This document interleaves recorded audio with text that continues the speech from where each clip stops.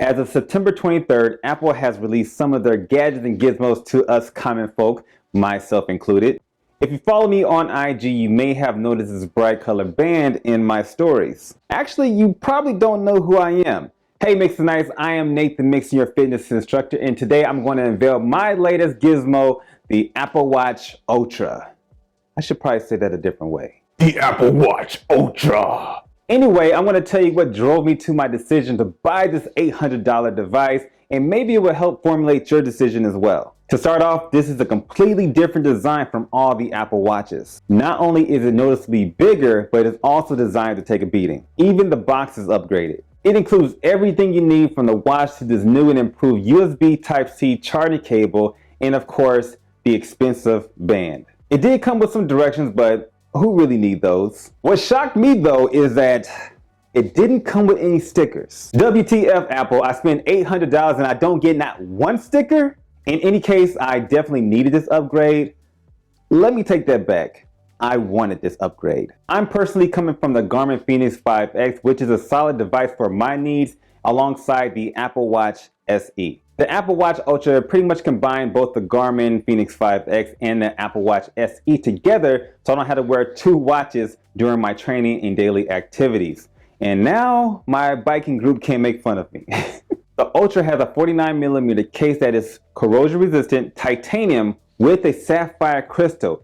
Basically, this watch is bulletproof, but do not test out that theory. And I'm not going to test it out either. The side button has several features, from making emergency calls to starting a backtrack.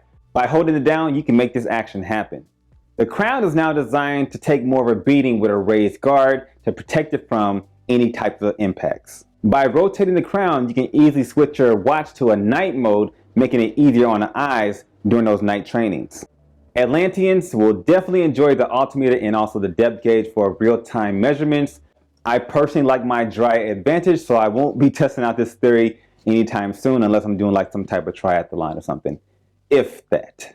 Now, what really sold me on this $800 device are these key features. I'll start with the 3 microphone array. It triangulates audio, providing clear communication without the background noise. This will definitely come in handy when I don't carry my phone and only have my watch available. I'm going to get back into marathoning, and with this precision dual frequency GNSS, this will supposedly provide the most accurate location, pace, distance, and routes. Chicago Marathon, let's go. I'm here, I'm ready. Wait, I need some shoes. Whatever you like to do the most, you can definitely set it with this orange bougie action button. I personally have it set to control my workout, since that's a feature I use the most. In emergency situations, you can hold the action button to activate the siren that can go the distance of up to 600 feet. It's going to be super duper loud, so don't try it, but it definitely does work. It'll definitely get someone's attention.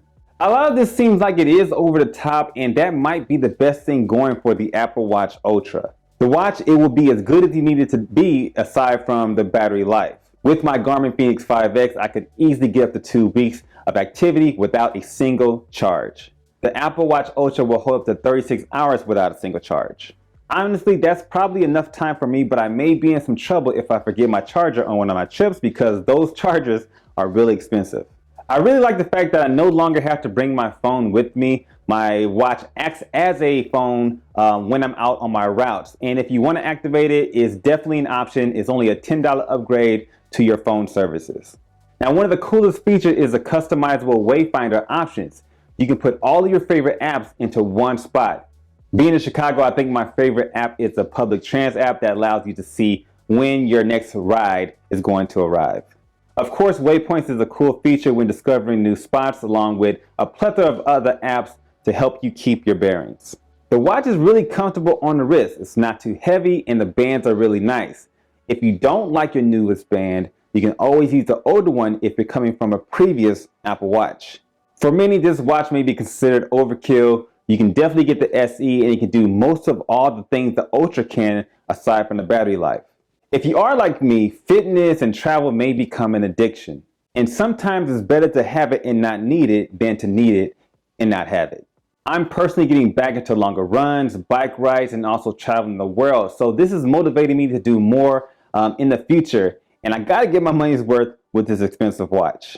Will you upgrade though? Let me know in the comment section below. If you're not upgrading, that's perfectly fine. What sports band are you using right now and why are you sticking with it? Comment down below. I hope this video helps you or somebody you know make that latest and greatest decision. Always subscribe to my channel. And by the way, again, I am Nathen Mixon. Turn on your push notifications so you don't miss the next workout and our next video, and I'll catch you in the next one. Peace.